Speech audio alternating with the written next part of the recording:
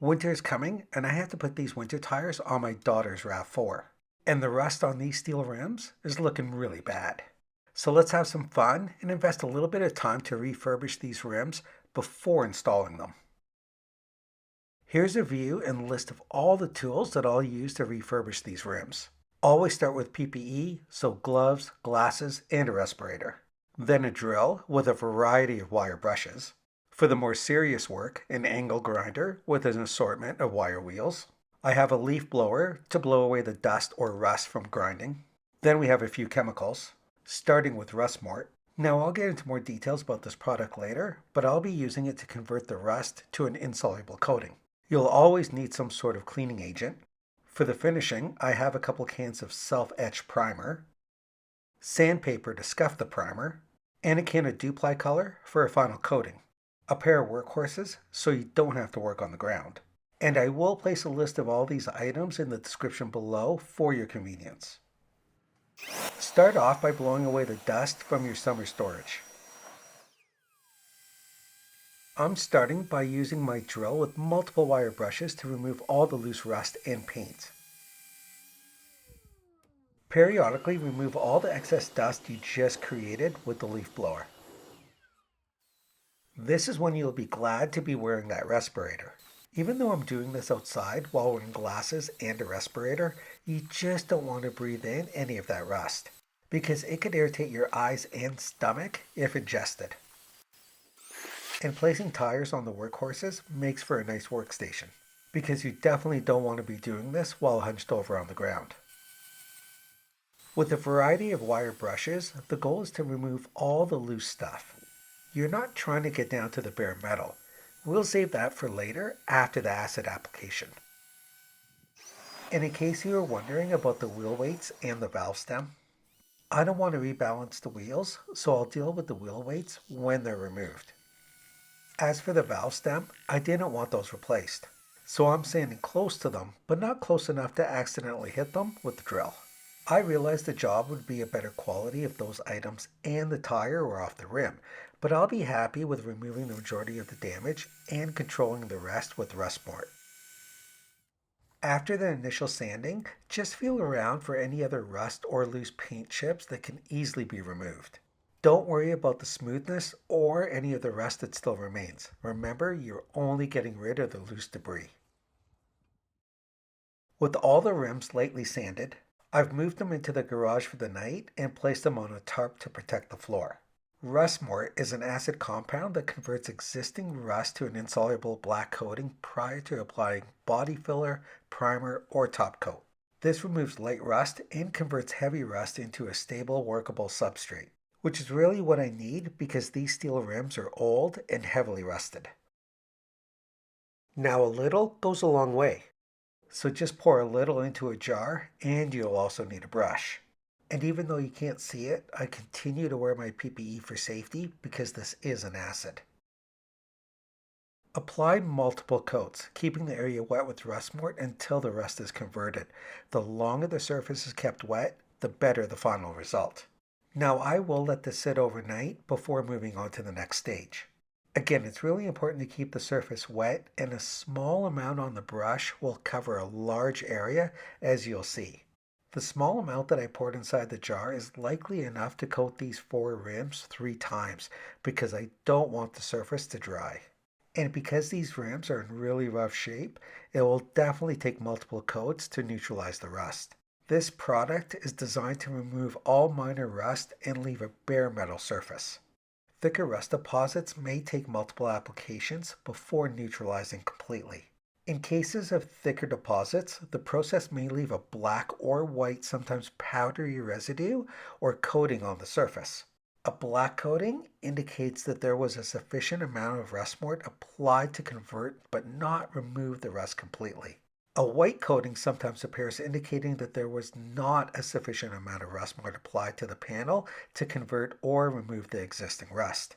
This happens when the rust is too thick and not enough material was applied or kept wet.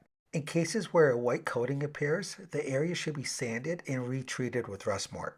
My goal here is to have the acid treat the severe rust areas because it will be really difficult to sand it down to a completely smooth finish.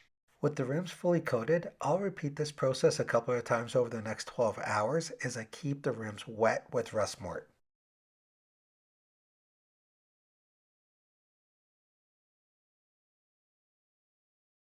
There you go, all done and fully coated. Now I will come back in a few hours and reapply. Since the rims remained coated overnight, this rust will be easier to work with as the rust mort has soaked into it and converted the rust. Essentially, I now have a strong surface to work with, and it's all about aesthetics at this point. I'll clean the surface first with Solvable, which is great for cleaning and degreasing tools. I just want to remove all the rust mort that could affect the bonding process of the primer and paint. With a more aggressive wire brush on the angle iron, I'll be able to remove the remaining weak and treated rust. Now this is where you want to take your time and try to get down to the bare metal. The more rust that can be removed, the better and smoother quality of finish will be visible.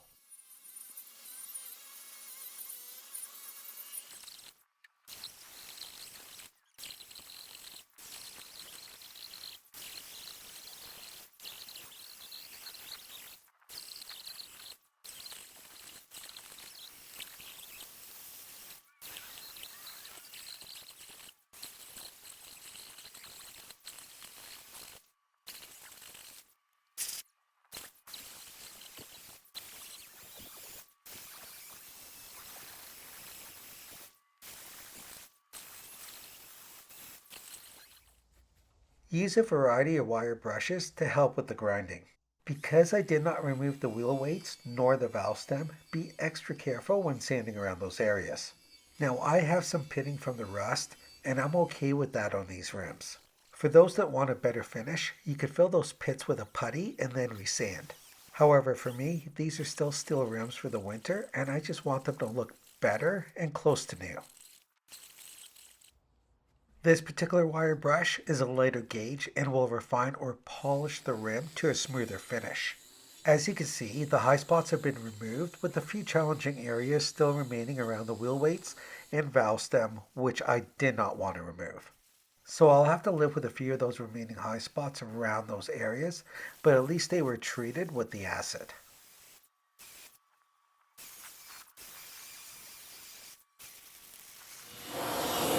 Don't forget to always clean the surface by blowing away that rust dust.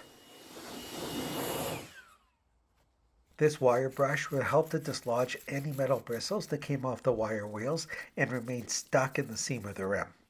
After using the wire brush, blow away any of the remaining dust and feel for any remaining high spots that could be grinded back down, because at this point you do want to get the surface as smooth as possible. With all four rims completely sanded, I've once again moved them into the garage for a more controlled environment for paint. First start by cleaning the surface thoroughly with Solvable or any other cleaner degreaser that you have. The great thing about Solvable is that it evaporates quickly, so you can prep the surface for primer right away. So I'm just pouring Solvable onto a used rag. Now because you are working with another chemical, always work in a ventilated area, and in case you're wondering, I still have my respirator on. With a nicely soaked rag, work that Solvable all around the rim because you want to get this as clean as possible. Any dust left on the rims will easily be picked up by the paint and just be even that much more visible.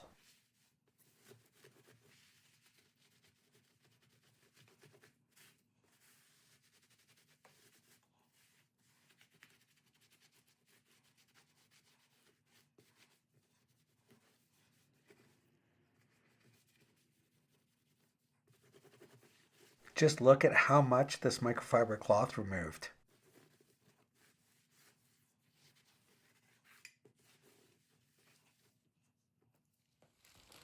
Before we can spray primer, we have to protect the tire from overspray. Now I like to protect them with garbage bags, but there are many ways to achieve the same, such as tape and paper or even index cards.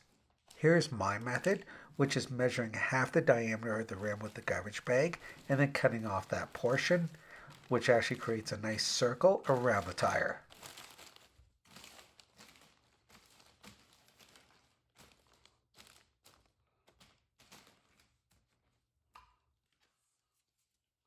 Then I use tuck tape, which is easy to tuck behind the rim.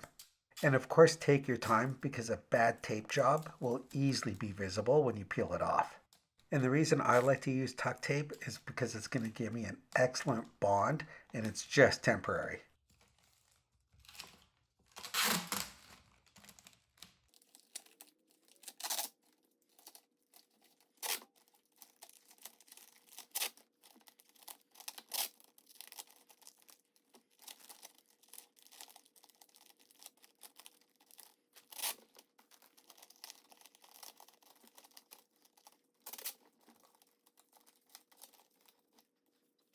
I'm also using a plastic trim tool to help push the tape behind the rim.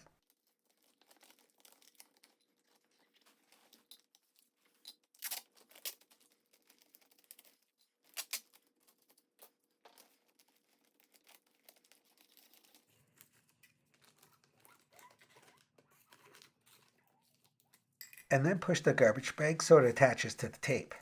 This allows the tire to be completely protected and the garbage bag covers a big area to handle the overspray. What I didn't mention, but you may have seen, is that the tires are back on the tarp.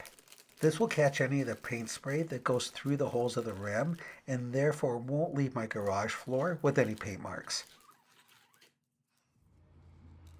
Of course, tape the valve stem so you don't get any paint on it. So this primer provides corrosion protection, fast drying, and has filling characteristics that will assist with my pitting areas. Before you start spraying, you want to shake the can for a couple of minutes after the mixing ball starts to move freely. From 10 to 15 inches away, apply thin coats. You don't want to apply anything too heavy, which could cause the paint to run. I'll be applying multiple coats, so the thinner the better, and spray from multiple angles so you get full coverage of the rim. This process won't take very long, so after the first coat, wait about 10 minutes or until dry before applying a second.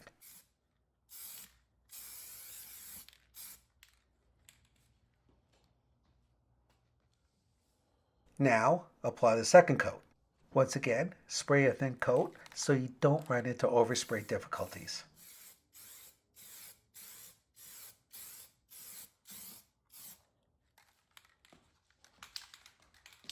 Of course, don't forget about the multiple angles so you get full coverage.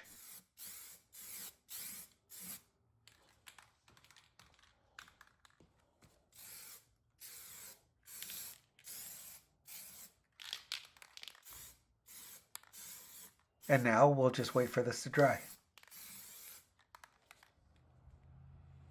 Now we could apply our third coat after we waited approximately 15 minutes.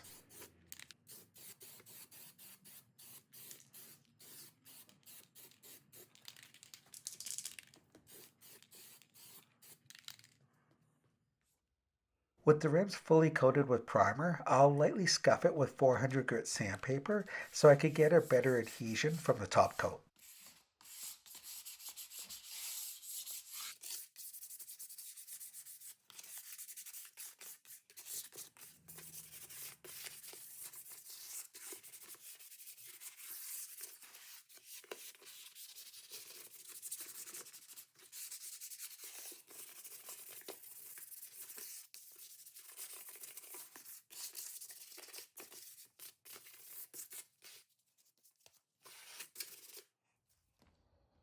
Remove any of the light primer dust with a leaf blower, followed by a microfiber towel to remove any leftover dust.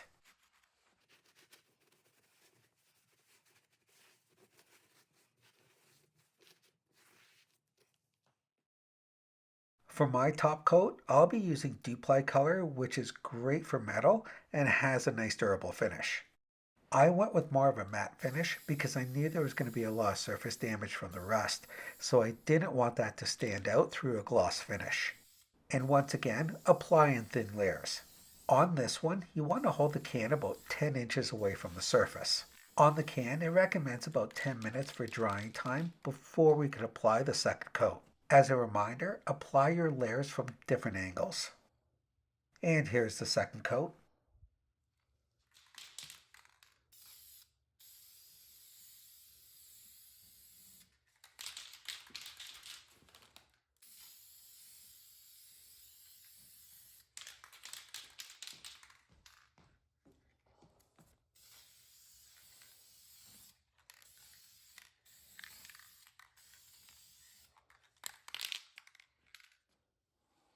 For the third coat, Dupli Color recommends a medium wet coat. This basically means a thicker application, but again, you don't want the paint to run.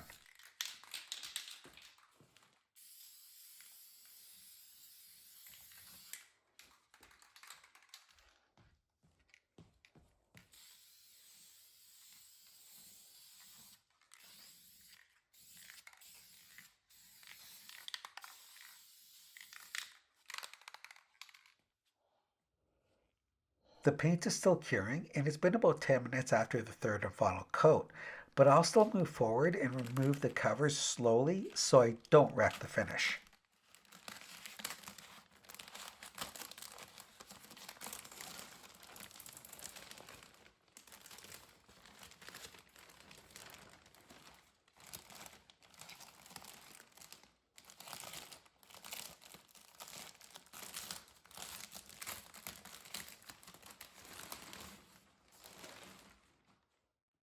Now these rims look a lot better than when I pulled them out of storage yesterday.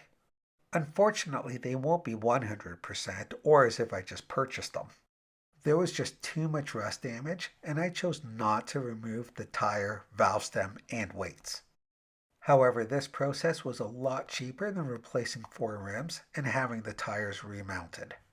And as you keep adding products to your toolbox, all these projects just become more economical. I will remove the tape from the valve stems tomorrow when I go to install the wheels and after they've had a little bit more time to cure. So make sure you help to keep this channel going by hitting that like button, sharing this video with a friend. Also, please comment below as I reply to all. Plus, don't forget to subscribe. And we'll see you next time on your home garage.